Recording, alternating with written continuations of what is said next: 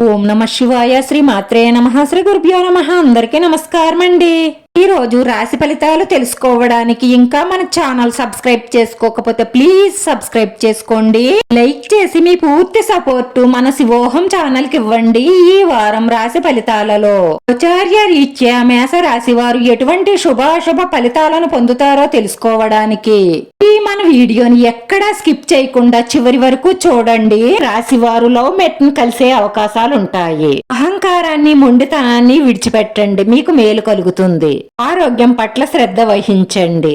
మేలు కోరే వారి చెప్పిన మాట వినకుండా మీకు నచ్చినట్లు చేయడం వల్ల కొన్ని ఇబ్బందులను ఎదుర్కొంటారు. జీవిత భాగస్వామి ఎచ్చదనాన్ని ఈ రోజు పూర్తిగా అనుభవించబోతున్నారు. ఈ విచ్చలివిడితనం మిమ్మల్ని విషాదంలోకి తోసేస్తుంది, నిరాశకు గురి చేస్తుంది. కానీ స్వయంగా చేసుకున్న గాయం కాబట్టి దీని గురించి ఏడవడం అనవసరం. మీరు చేతులారా చేసుకున్న మీ స్వయంకృత అపరాధం.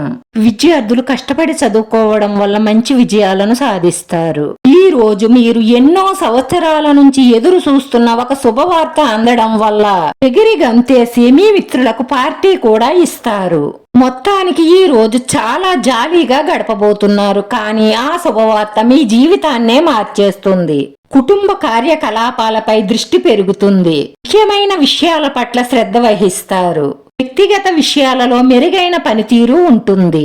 కోపం తగ్గించుకొని మీ భాగస్వామిని సరిగ్గా అర్థం చేసుకోవడం వల్ల శృంగారంతో కూడిన క్షణాలను గడుపుతారు. కోపావేశాలను తగ్గించుకుంటే మీ బంధం బలపడుతుంది, లేదంటే బీటలు బారుతుంది. జాగ్రత్త.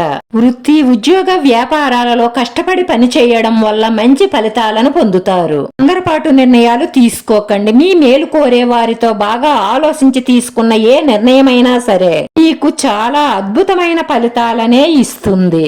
ప్రేమలో పడే ముందు వారి వ్యక్తిత్వం గురించి బాగా పరిశీలించిన తరువాతే ముందుకు వెళ్ళండి. ఆకర్షణకు లోనై ప్రేమలో పడితే మాత్రం నిలువునా మునిగిపోతారు. జాగ్రత్త.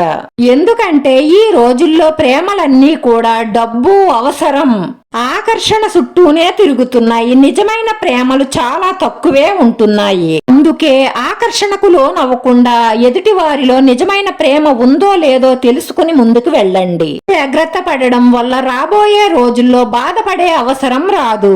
ఈ రాశి వారి పరిహారం వచ్చేసి ఉదయాన్నే సూర్యోదయానికి ముందు స్నానం చేసి ఒక బకెట్ నీళ్లలో రాళ్ల ఉప్పు ఒక గుప్పుడు వేసి ఇల్లంతా ఎక్కడా పొడి లేకుండా తడిబట్ట పెట్టేయండి.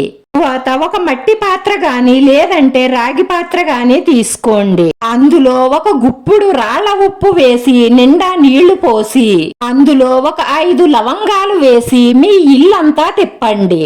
తిప్పిన తరువాత మీకు అవకాశం ఉంటే పారే నీటిలో ఆ నీటిని కలపండి. లేదంటే ఇంట్లో కాకుండా బయట బకెట్ పెట్టి బకెట్లో నీళ్లు పెట్టి అందులోనైనా పోసేయండి. తరువాత ఆ నీటిని మీ ఇంటి ఆవరణ దాటి బయట పారబోయండి.